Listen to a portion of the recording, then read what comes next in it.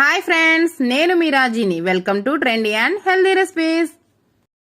ఈరోజు నేను చేయబోయే రెసిపీ వచ్చేసి ఆలు మసాలా ఎగ్ బుజ్జీ అండి. ఇది చాలా అంటే చాలా టేస్ట్గా ఉంటుందండి.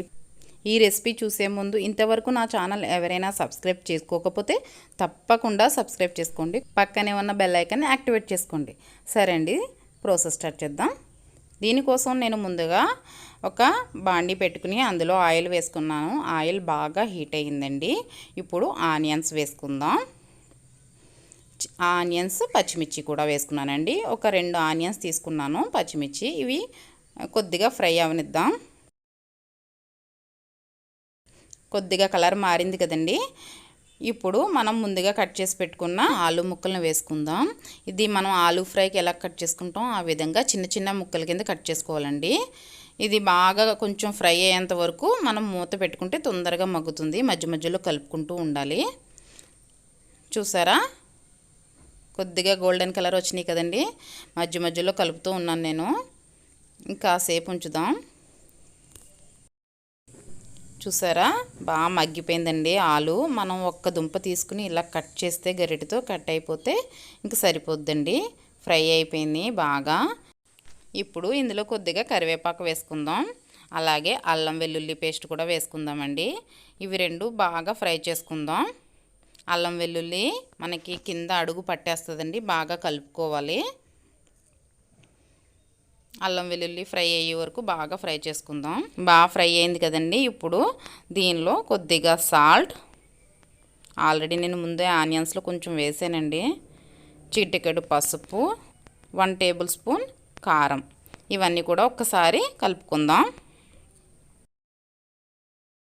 అడుగు పట్టేస్తుంది అల్లం వెల్లుల్లి, కలుపుతూ ఉండాలి. ఇప్పుడు ఒక 5 కోడిగుడ్లు వేస్తున్నానండి.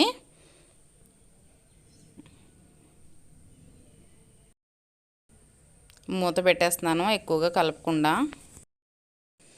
మూత తీసి చూద్దామండి. చూసారా, కొద్దిగా బాయిల్ అయినాయి కదా. మనం వెంటనే కలిపేస్తే ముక్కల కింద అయిపోద్ది. కాసేపు ఇలా ఉంచితే మనకి పీసెస్ కింద వస్తుంది అన్నమాట. మంచిగా ఫ్రై అయింది కదండి ఎగ్. ఇప్పుడు ఇందులో గరం మసాలా అండి. ఫైనల్గా కొత్తిమీర కూడా వేసుకుందాం. ఇవన్నీ ఒకసారి బాగా కలుపుకుని లిడ్ క్లోజ్ చేసి పెట్టి ఒక్క 2 మినిట్స్ ఉంచుకుందామండి. బాగా ఫ్రై అవుద్ది. చూద్దామండి. చూసారా ఎంత బాగుందో ఆలు మసాలా ఎగ్ ఫ్రై. ఆయిల్ అది బాగా రిలీజ్ అయింది కదండి. చూసారా ఎంత టేస్ట్గా ఉంటుందో తెలుసండి. ఇది రెడీ అయిపోయిందండి కర్రీ.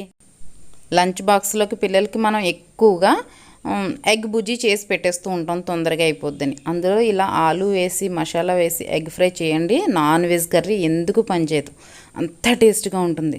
పిల్లలకి చాలా నచ్చుతుంది. మనం చపాతీలో కూడా తినొచ్చు.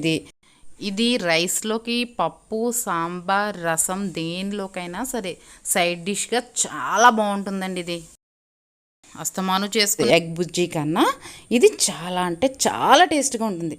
తప్పకుండా ట్రై చేయండి. ఏ విధంగా వచ్చిందో కామెంట్ సెక్షన్లో తెలియచేయండి. ఈ వీడియో కనుక మీకు నచ్చినట్లయితే ఒక లైక్ చేయండి, మీ ఫ్రెండ్స్కి షేర్ చేయండి. మరిన్ని సింపుల్ అండ్ టేస్టీ రెసిపీస్ కోసం మన ఛానల్ని సబ్స్క్రైబ్ చేసుకోండి. Bye friends. Thank you for watching. Please like, share and subscribe my channel.